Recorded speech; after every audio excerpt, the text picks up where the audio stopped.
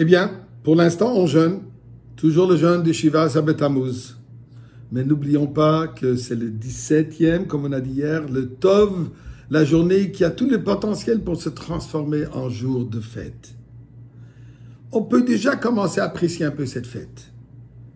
La raison, puisqu'aujourd'hui, comme je l'ai mentionné déjà dans le passé, cette semaine, nous sommes à la conclusion, au Siyum Harambam, depuis que le Rabbi a institué l'étude de 3 chapitres tous les jours de Rambam, ou alors un chapitre.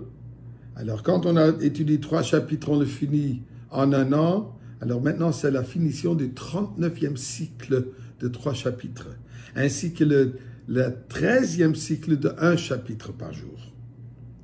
Aujourd'hui, c'est le Siyum Rambam. Peut-être vous avez déjà participé dans différentes occasions, comme je vous l'ai mentionné hier. Alors, je voudrais partager avec vous le premier paragraphe du 12e chapitre, qui est la conclusion de Rambam, Yad HaChazaka. Et intéressant, c'est le chapitre 12. Chapitre 12, bien sûr, qui correspond aux 12 tribus, où Rambam nous dit qu'à la fin des temps, les 12 tribus seront unifiées ensemble, et pour cela, on va mériter la venue de Mashiach. Alors, je vais vous lire ce que le Rambam dit, la chose suivante. Al yaleh al alev, ne pense pas. Shebiyemot HaMashiach, que dans les journées de Mashiach, yivatel davar mimenago, le monde sera transformé. Il dit non. Ou alors, yesham chidush b'maaseh bereshit, il y aura un nouveau ordre de la création du monde. Un ordre différent, un ordre miraculeux, un ordre qu'on n'a pas connu jusqu'à présent. Dit le Rambam, non, ce n'est pas le cas. Qu'est-ce qui va se passer? Il va expliquer plus tard, mais d'abord il pose la question.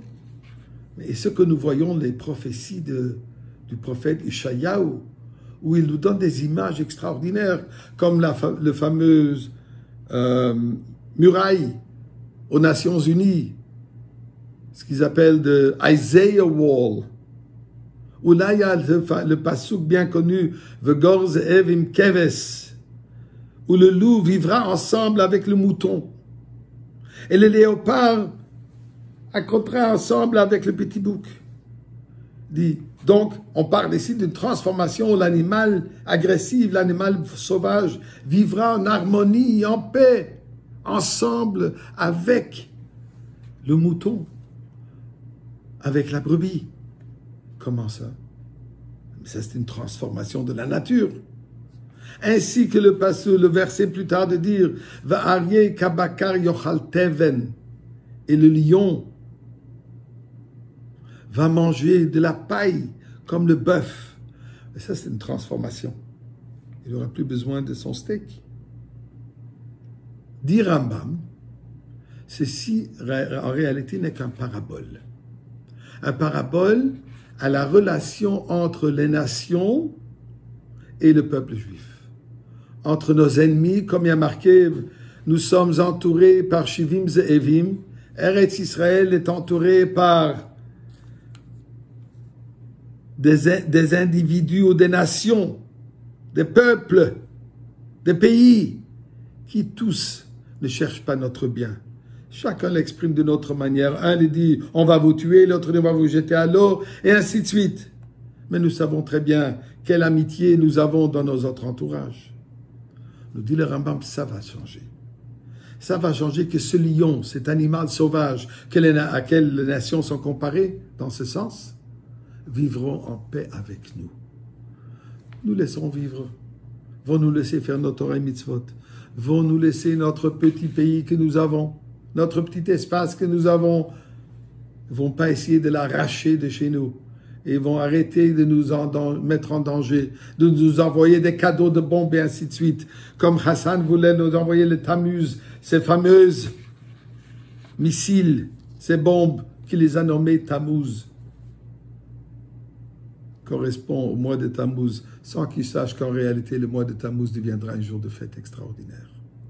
Alors là, il y a la question qui se pose. Mais si tu dis que le monde ne va pas transformer, pourtant le Rambam nous enseigne dans la 13e attribut de foi, la croyance en Triat HaMetim, la résurrection des morts. Ça, c'est certainement une transformation fondamentale. Juste imaginez-vous, aller au Beth Hachaim, aller au cimetière, et tout à coup, on voit tous nos ancêtres sortir de là-bas.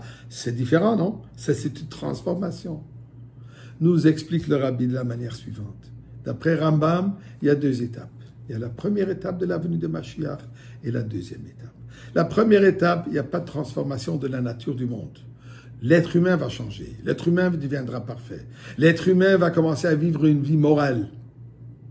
On aura la reconstruction du Beth Amikdash et on va tous partir en Eretz Israël.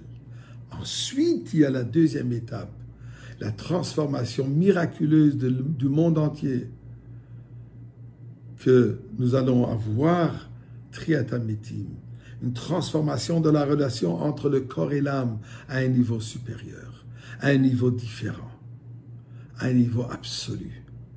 Le monde, comme le Rambam nous dit à la fin, que la divinité sera dévoilée comme l'eau qui reborde d'un côté de l'océan à l'autre côté. C'est si nous prions que ça s'avère aujourd'hui et qu'aujourd'hui même on dise encore le Chaim avec Mashiach.